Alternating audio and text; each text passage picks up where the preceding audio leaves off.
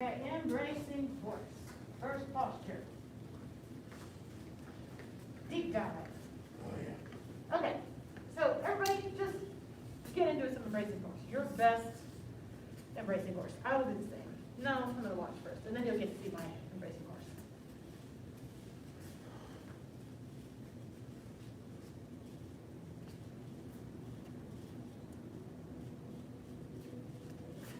While you do that, I'm going to read story time. If you need to come out of it at any time, go ahead. This isn't a test. So come in and out as needed. Do a little story time with CK Chu here.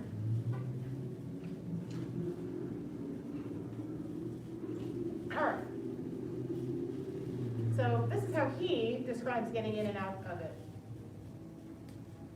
Stand upright with the top of the head suspended as if by a string. Let the body sink down with the shoulders lowered. The feet should be parallel and close together. The legs should be straight with the knees almost locked. We don't lock knees here at this school, but I think he's trying to focus on the connectedness. Distribute the weight equally on each leg. This position is called the neutral stance. Slow the pace of your breathing and gradually deepen each breath. Continue this relaxed, continuous deep breathing throughout this exercise. Inhale slowly so that the air will be pushed down, expanding the lower abdomen. Exhale in a relaxed way, but let out an extra bit of air at the end.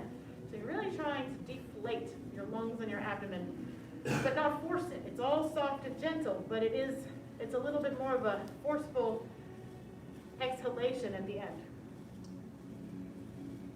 When you feel calm and centered, proceed with the next movement. With the head still suspended, take one step laterally so that the feet are spaced wider apart than shoulder width and are parallel to each other. Allow the body to sink down by bending the knees and tucking in the pelvis. Turn the toes in slightly and spread the knees apart, focusing most of the body weight on the heels and outer edges of the feet. The weight should be distributed equally on each leg throughout this exercise. Simultaneously, raise both arms up and forward in a slight arc from behind until they form a circle in front of you with your hands, arms, and shoulders and chest forming a smooth curve as if encircling a sphere.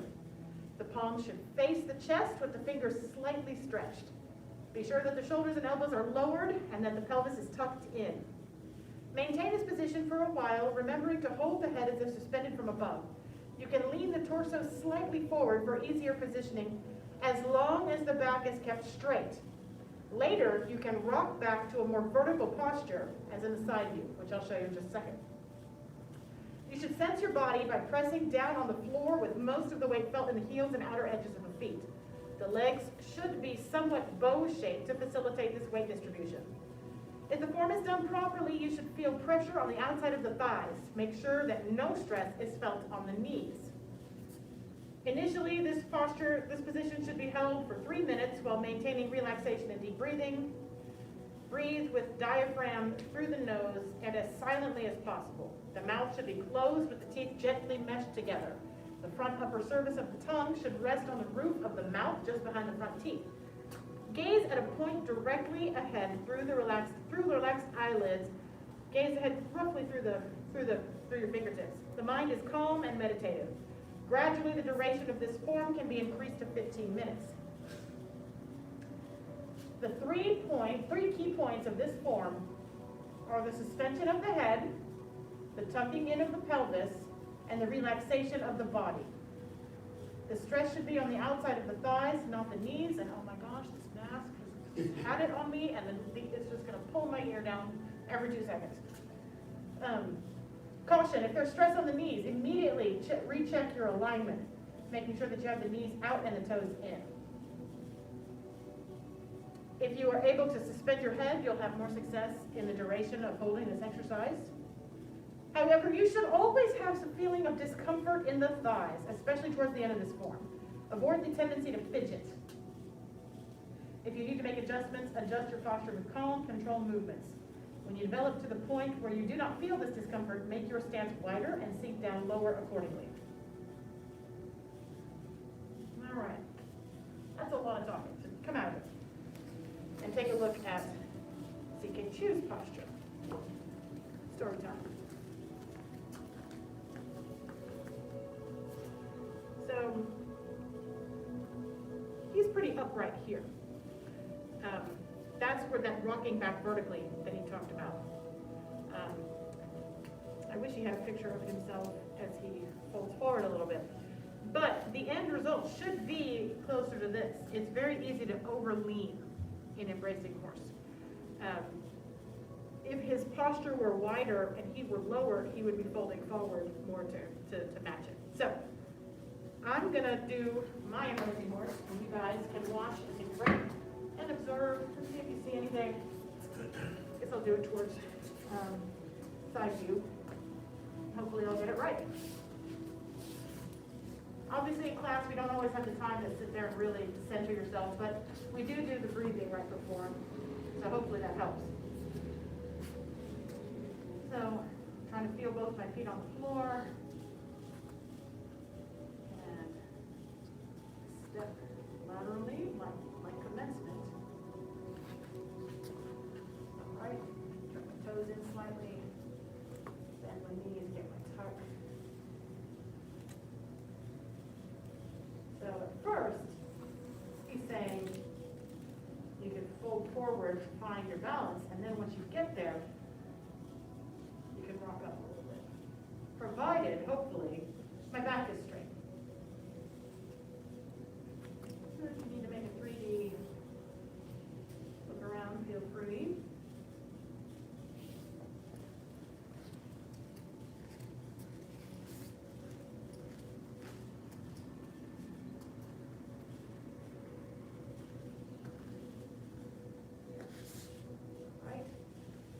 Side check. Am I showing you anything incorrect today? No, you're fine. So, things I need to look out for. Tuck. I'm not doing this. See the difference there where this really curls under, and look what it does to my knees. So, when we say tuck, it's really just neutralizing that curve, the natural curve of the low back. It isn't, we'll say tuck under like a dog does its tail, but it doesn't translate to really taking your pelvis and curling it under. It's just straightening out that lumbar curl. And by doing that, it's how you do Tai Chi. But two, that's what makes it relaxing and helpful for the spine. Is it's a spine neutral art form. So I don't have stress in my neck, my shoulders are down, and I'm not pinching my low back.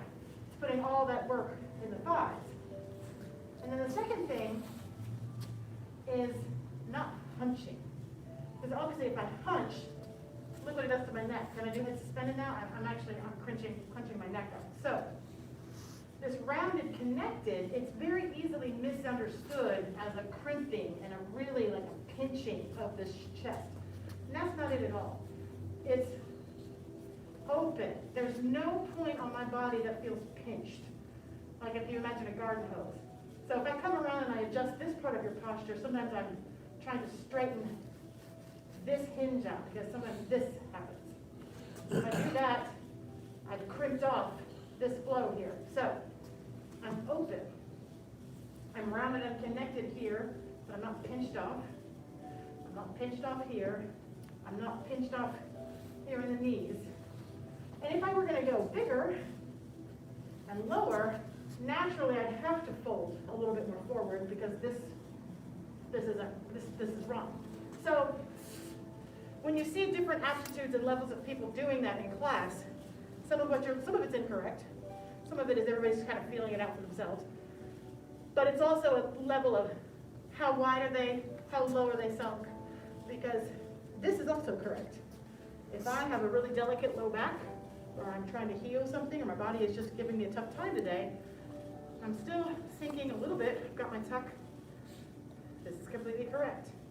Because I'm still rounding out, I feel all those components of embracing horse, even though, I mean, I'm not just standing with my arms up.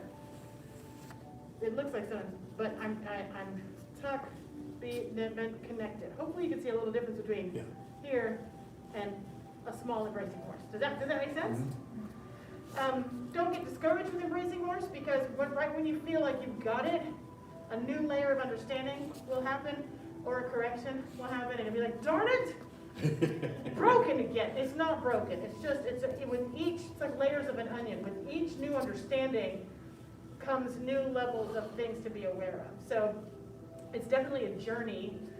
Try not to get frustrated by it.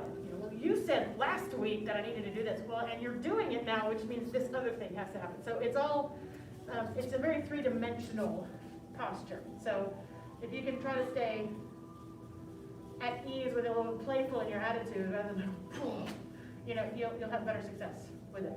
So we've got like 2 minutes left. I know we just did Nei Kung and we, blasted our legs, but let's all do like another 30-second embracing horse. Then we'll bow out and we'll talk about third section moves.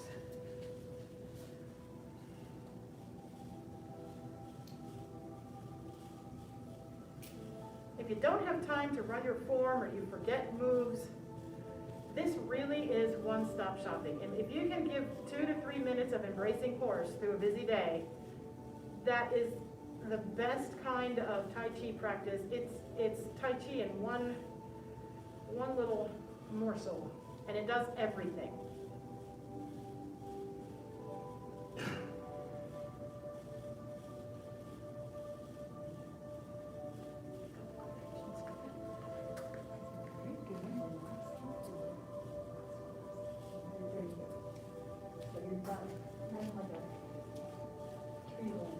Rigid, but it also moves in the breeze. Does that make sense?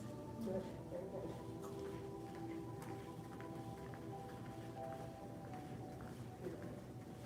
Can I ask a question? Of course you can. How far out of suspension is it? You are a little bit forward, so there you go. There you go. Better. I could tell it was, but I couldn't tell where. Yeah. So it was about here. I got you. So, and it isn't just back, it's back and up. Does that make sense? There you go. Good, good. Thank you. Uh-huh. I'm still struggling. I know, it's a lifelong thing, the embracing horse. And when you're ready, come on out of it. Good, good, good, good. All right, any last questions before we bow out? New life skill. Let me go look at the thing. Have you seen a life skill yet? What did they do yesterday? I have my cheat sheet.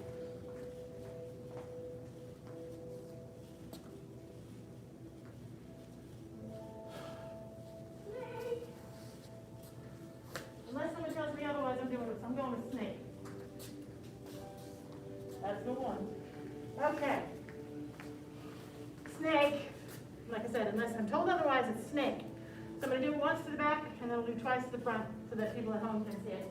So, the path of self-mastery requires persistent action. Ooh, which foot is it? Oh, there we go. Persistent, there we go. Persistent action achieves a goal without quitting. There it is. That's fun. In this room, for some reason, it's like I've flipped my life skills. It's like new location, like I've done them 7 million times, and I don't know what leg goes. All right. So, from the front, the path of self-mastery requires persistent action. Persistent action achieves a goal without quitting.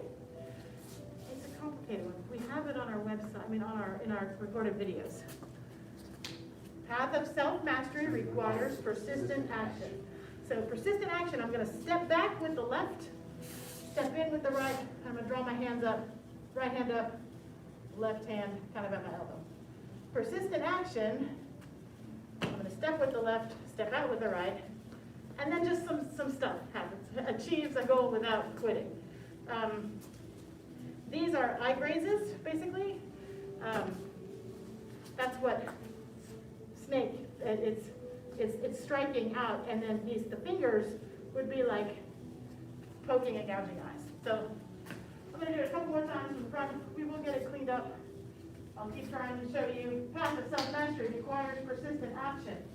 Persistent action achieves a goal without quitting. There we go. Head Instructor. Now to intermediate and beginner level students training at home. Black Sash training is dismissed. Good job, everybody.